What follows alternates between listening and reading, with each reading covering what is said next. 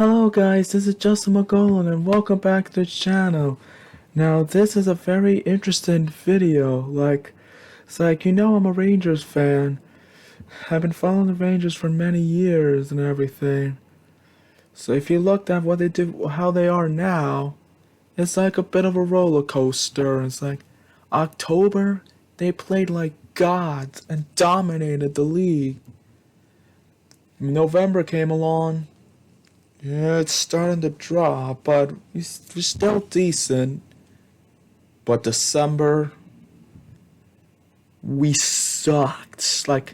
We were like the worst team of the league. So bad that we finished the year dead last in the Metro Division. Thankfully, so far in January, they've been better, but still. That downfall was really bad. It's so bad that not only did I barely made any Rangers videos, but the one I did was talking about the downfall of the Rangers, pretty much ranting about how everything went. Now that is about the Rangers. Well, there's something else I need to tell you. It's I've been into YouTube 5 years, but even if I wasn't a YouTuber, I've watched YouTube videos a lot. Of course, there were many entertaining, creative YouTubers that I'm pretty much fans of. One of them is Urinatingtree.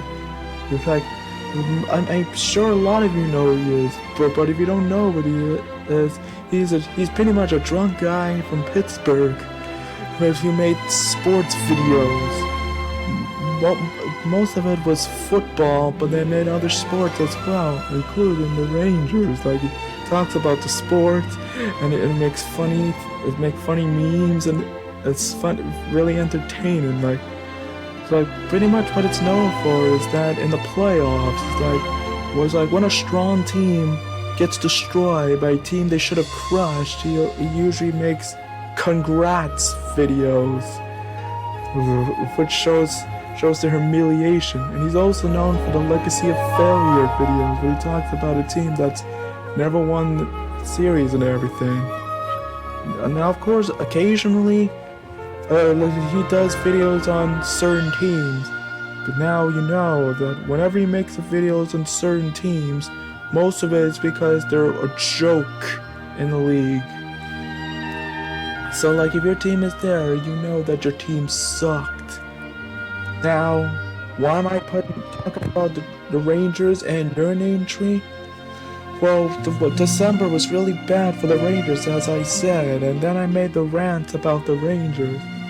And while the Rangers were struggling, I was thinking, it's only a matter of time before Urinatingtree does a video on my Rangers. Look and behold, he has. Yesterday, he just released a video of talking about the Rangers titled "All My Rangers," which is pretty much the thing that he did when it was talking about the season earlier on, and it seems to become a thing, just like Days of Our Steelers. Pretty much every single video by Urinatingtree I've always watched. But this one, I haven't seen yet. So it's I saw that this video was there, and it was I have to react to this, because I know it's coming and everything. I knew it was coming, so, ladies and gentlemen, we are going to react to Urinatingtree's video on All My Rangers. Well, I can't wait to see what he's gonna say about the Rangers. All My Rangers is brought to you with unlimited commercial interruption by the following sponsor. Bad news, folks. Steelers can no longer go Super Bowl on the field. Yeah. They got whopped by a real team again. But the good news is that they can still go Super Bowl. They just added SeatGeek, the sponsor of this video. Oh, it's a Unlike sponsor. the black and gold in the wild card, this fine apple always shows up when you need it. SeatGeek uses a tried and true strategy when scouring the resale market for tickets, sorting all the available ones from red to green on a 1 to 10 scale. offering a view from where you could be sitting. All tickets verified for authenticity. I've used them for over a decade now, and they'll get me to the Super Bowl too. Eventually. If only I could use the code tree to save $20 off my first purchase. Make sure you get SeatGeek. Goes to show you the power of SeatGeek. And this is what he used a lot. A supposed Stanley Cup contender. Years of frustrating playoff anguish. A franchise at the crossroads of tribulation. Executives and players in a Cold War. It's been a drama-filled season in the world of all my Rangers. The turmoil encompassing both the locker room and the ice lurches over the franchise. Yep. The style of the early 2000s, the New York Rangers throw money at high-profile veterans only for them to give zero fucks on the ice. It's definitely things were going wrong.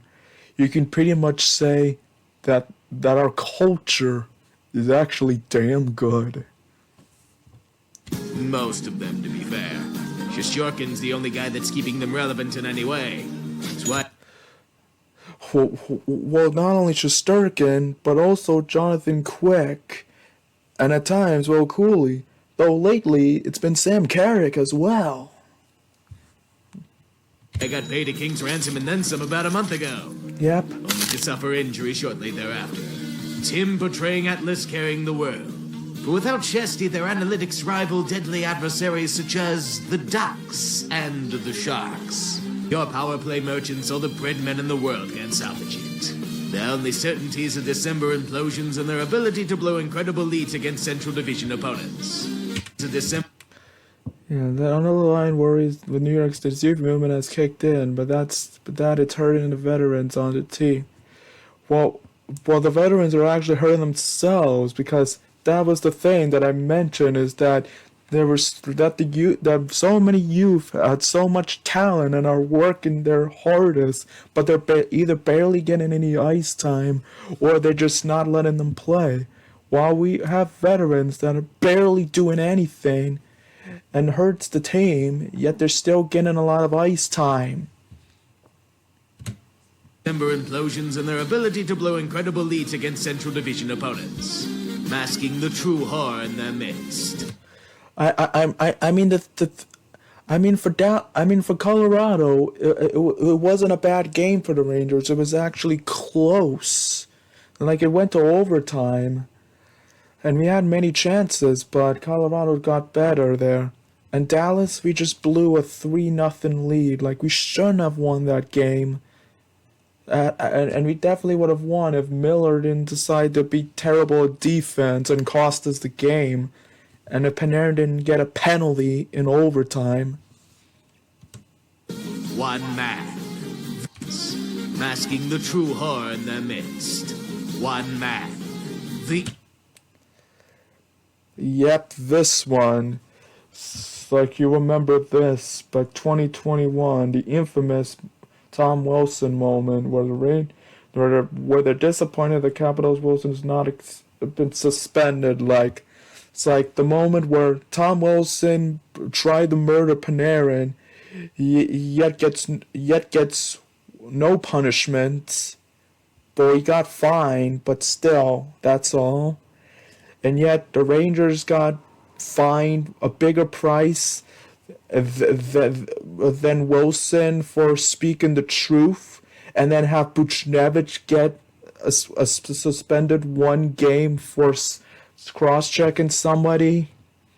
Like, it was definitely a joke. Like, I definitely made a video about that, of the disastrous season, so feel free to check that out.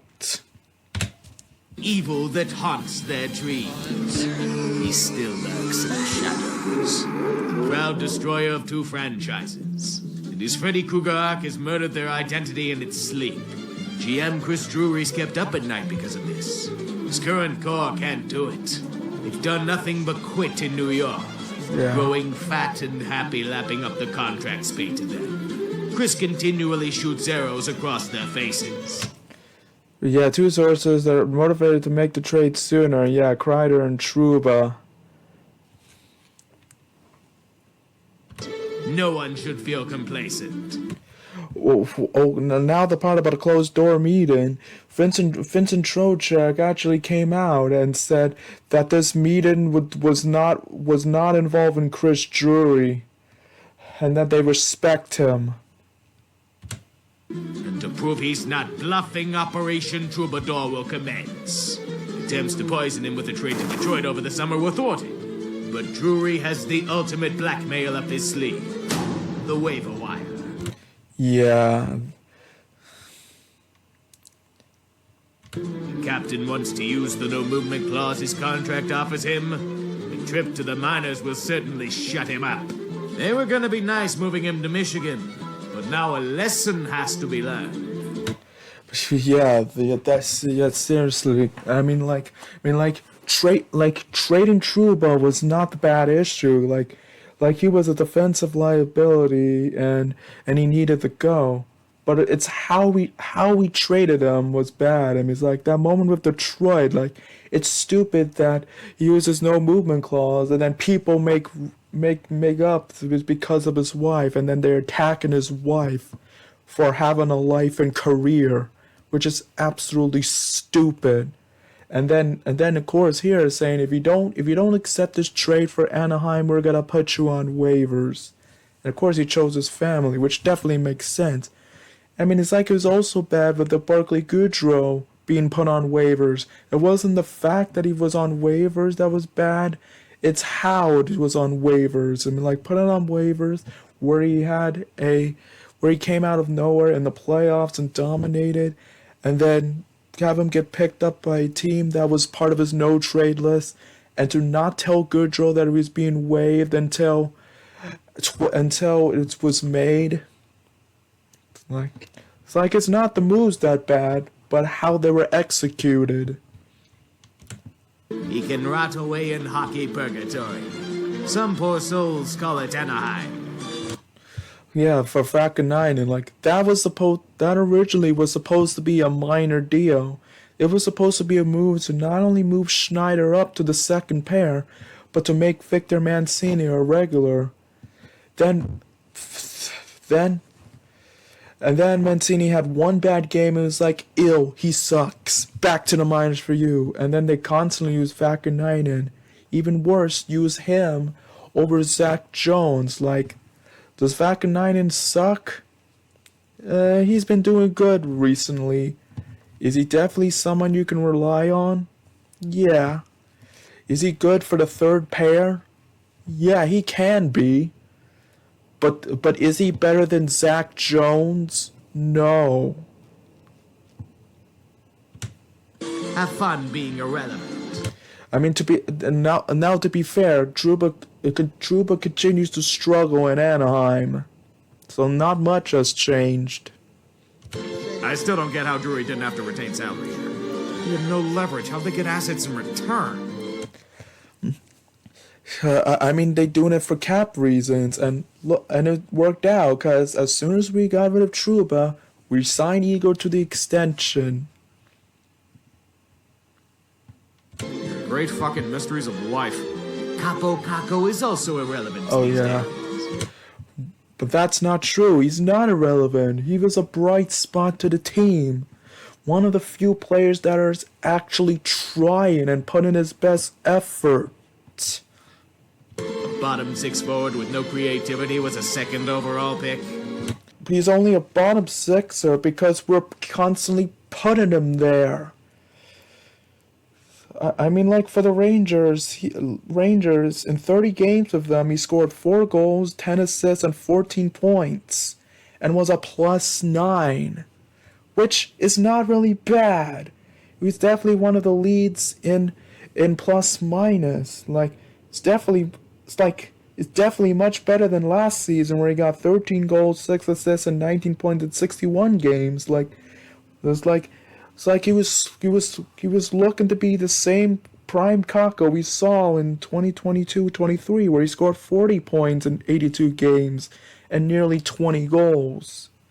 Like I said, he keeps trying, but he's barely getting any time, and they're giving more ice time to Smith and Zibanejad. He does nothing for the crest. The only solution is to throw him on the shelf to collect dust. You know how they say the squeaky axle gets grease? In New York, that means you get traded to the other coastline. Yeah, that trade is still the worst trade ever. I mean, it's like Crocker was right to express his frustration. And it's like he was right. He's far from one of the main problems of the team. He's again a bright spot for the team, and it's easy to pick on a young guy. And then Drury took it personally, and then trade him as punishment, which is stupid. Like, we should be extending Kako, not trade him, and to get Will Borgen and draft picks in return, and none of them being first or even second round picks. And it's definitely stupid.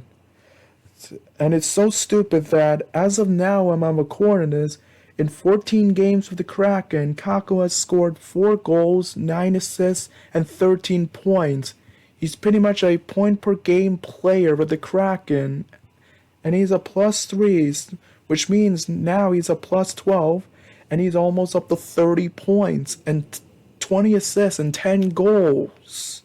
Like, you seriously think that Kako was the problem? Like benching him was stupid. Trading him for being upset with it is even worse. Like, Zibanejad is who you should have been scratched, not Kako. And if you wanted to make trades, and if you wanted Will Borgen, you should have traded Keandre Miller or Ryan Lindgren, not Cabo Kako. I mean, it doesn't matter, Borgen. I mean, like, Borgen has been doing okay for the Rangers, but to trade Kako for Borgen, it's like the Taylor Hall and Adam Larson trade all over again.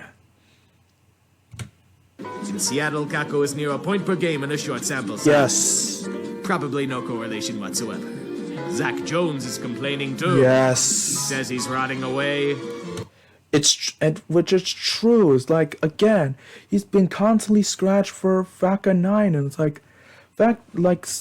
so there were so many times Zach Jones gets his spot taken away by others, like Justin Braun and Eric Gustafsson makes sense, but to put Libor Hayek or Ben Harper over him, which is stupid, and then to put Vaca9 in over Jones, it's like, Jones has been doing well this season. It's like he got nearly 10 points. He's definitely playing his best hockey right now.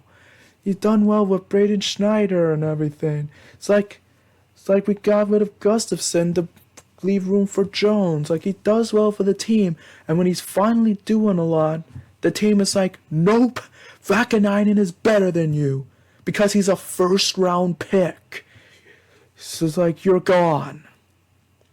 And I swear to God, if they better not trade Zach Jones. Like, Jones is an asset to the team. It's like, I swear to God, if you get rid of Zach Jones, I'm gonna be pissed. Like, it's like, it was already bad trading Kako, but just like that trade, if you get rid of Jones, you deserve to be fired. One more word out of him and he's off to San Jose to be burned alive. It's like San Jose for a 7th round pick, but he better not trade him. The Civil War has begun. The old core is demoralized and beaten to a pulp. They yearn for one demand: Chris Drury's head on a pike. I mean, I feel the same way.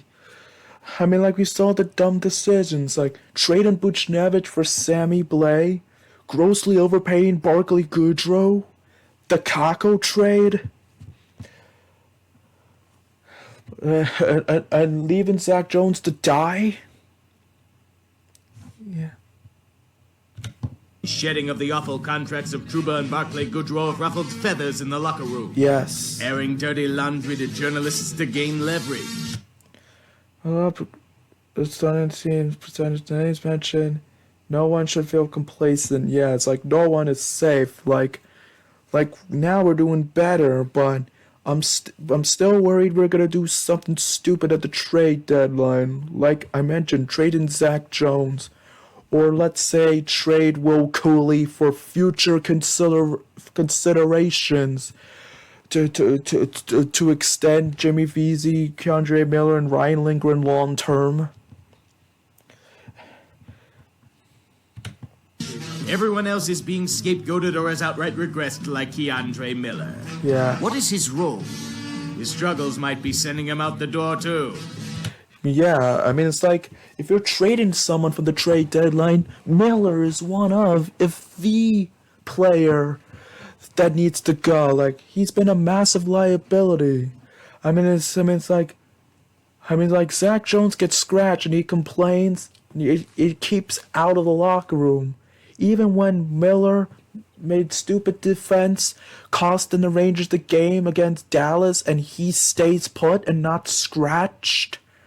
Again, you should have traded Miller or Lindgren for Borgen, not Kakko. One more step and he'll be a Ryan Lindgren-style whipping boy. Unfortunately, the whipping boy is Zach Jones, which is wrong, because like Kakko, Jones is also a bright spot to the team, nowhere near the problem. And it's like the team just puts they just put experience over hard work and effort. And Peter Laviolette is pretty much just waiting to be fired for, let's say, Bruce Boudreau. Not many are going to feel bad for him. The Rangers need to bring out their secret weapon. When he isn't getting himself suspended for cheap shots. I mean that decision was the right move. It was definitely a cheap shot. It's good to have him back. I mean, so far he's been more careful. More of those demerits than points in the NHL. What a fine specimen. The Corps can learn from him. In fact, New York needs a true leader for their constant player man down. Yeah. I mean, so far Kaliev has been okay. He just scored, but the strange thing is that when everyone got back, Brett Berard, who was doing really good, gets sent down to the minors and replaced by Kaliev. Because Kaliev had experience, even though Berard was better. A fire that can bring them back from the abyss. There's only one call Drury has to make. Yep.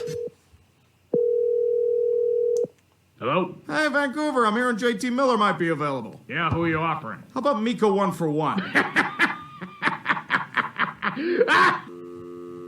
Yeah, that's actually a thing. So, that's a maybe? A player who's terrible 5-on-5 has an exorbitant contract and is aging with a down year. How surprising nobody's ramming down the door for him. I mean, like, he's been a massive liability. Again, shut up and scratch instead of Kakko. I mean, Zibanejad has recently have gone better. Like, he tried to do the lacrosse goal, but still, I definitely sense a slow and steady decline for him, and the contract is looking regrettable. Like, he already lost, like he lost his first centerman spot, but gets more playing time over Filipino. Maybe they can double down and dangle Chris Kreider. The longtime rag is being thrown in rags. His lack of production is quite concerning. I mean, in points, yes, but he's got nearly 15 goals, which is not bad. He just needs more assists. And you can't even blame him because he has back spasms. Like, he can come back. Management needs to prove no one is above the law. He was a healthy scratch. The ultimate humiliation. Bring him to heel. And then he gets injured and is forced onto IR. Again. By his standards, it's been a hard fall. And they want to get rid of him, too. I don't. I want Kreider to stay. At least for now. Who the hell's taking on that contract? The power forward entering his mid-30s might be suffering decline? I mean, again, not yet. He scored like nearly 15 goals this season. It's just the assists he needs to pick up on. Like I said, there is, like, he can come back. Zibanejad, like, he's starting to come back, but we don't know if it's going to be full effect. How shocking. Team that struggles at even strength and can't shoot well is also suffering decline. Despite a small blip, the Rangers are in a chasm of complete despair. People poo-pooed the sky falling in late November, but Chicken Little was a psychic. The world really is closing in on them, falling into the chasm that is the Metro Mosh Pit. Even worse than the Penguins and Flyers. How the hell are you that bad in 2025? Go hang your heads in shame. And then probably get hanged by Chris Drury in a mass fire sale. He's still got support from James Dolan. Tough shit. Who prevails in the end? The only way to find out is by watching the next episode of All My Rangers. Unlike the hockey team, this series has no quit. Okay, so that was it. That was All My Rangers. He was pretty much right. It's like pretty much said similar things what I've said. It was like the defense is struggling, Zibanejad's a liability. We're putting experience over hard work and efforts, and we're getting rid of the wrong guys or scratching the wrong guys, which is not good. I mean, it's strange that he released this video now and not at the end of December. It's strange to have him upload this when the Rangers are starting to get better, when they're starting to learn how to play hockey. Like so far we have a win streak and we're 2 wins away from the playoffs. And the next games are against teams that are just ahead of us. So let me see what it says. When drama comes a calling in the Big Apple, the fireworks have to be fantastic to match the city that never sleeps. Tension between players and the New York Rangers management doesn't either. An aging core, bad contract, and a GM who desires a massive shift towards youth. The captain has been unceremoniously dumped. Same for Barclay Goodrow and Capo Caco. Hopefully not Zach Jones. A disappointing former top prospect has been unceremoniously dumped. Even more long-time pieces of the core are rumored to be unceremoniously shot. In the middle of January, staring into the abyss of an early exit this season. Not yet. The only certainty is another exciting episode of All My Rangers. Get ready, folks. The true tension is about to begin. I mean, if the Rangers continue to do better, then this definitely be a spark. I mean, like so far January, we haven't had a single losing streak yet. And some win streaks. Hopefully we can keep it that way. Hopefully we leave December to die. It's been like this ever since I made the Rangers rant video. They got better since then. It's like they watched my video and was like, we gotta get better, and they have. I seriously hope we continue to get better, and Drury doesn't do anything stupid at the trade deadline to ruin it. But that is it. I hope you enjoyed this video. It's like if you haven't done so, please subscribe to Urinatingtree. It's like he's a fun content creator and stuff, and I know you enjoy his videos. But that is it. This has been Justin McGolan. Please don't forget to like, comment, share, and subscribe. Thank you, and God bless America. The Fox. Fox moves it back to Panarin. No, I'm sorry, that's Zibanejad. Fox back. Fox tries to grab it, meets Zibanejad. Zibanejad tries to go for a reach-through, can't grab it. Panarin has to grab it at the point. Moves it back. Crosses forward. Moves back to Fox. Fox at the point. Holds. Moves back to his right to Panarin. Panarin tries the quick wrist shot, blocked off. It's a goal! Goal! They win! They win! You blew a 3-1 lead! The Rangers win! The Rangers win! Yeah, baby! What's up? Whoa! Whoa! Hey! Hey! Hey! Hey! Hey! Woo! Let's go! Let's go! Oh my goodness! Brother! If I were there, I'd hug you, man. Oh, man. I feel bad for you. Don't feel bad for the Penguins at all. Oh, man.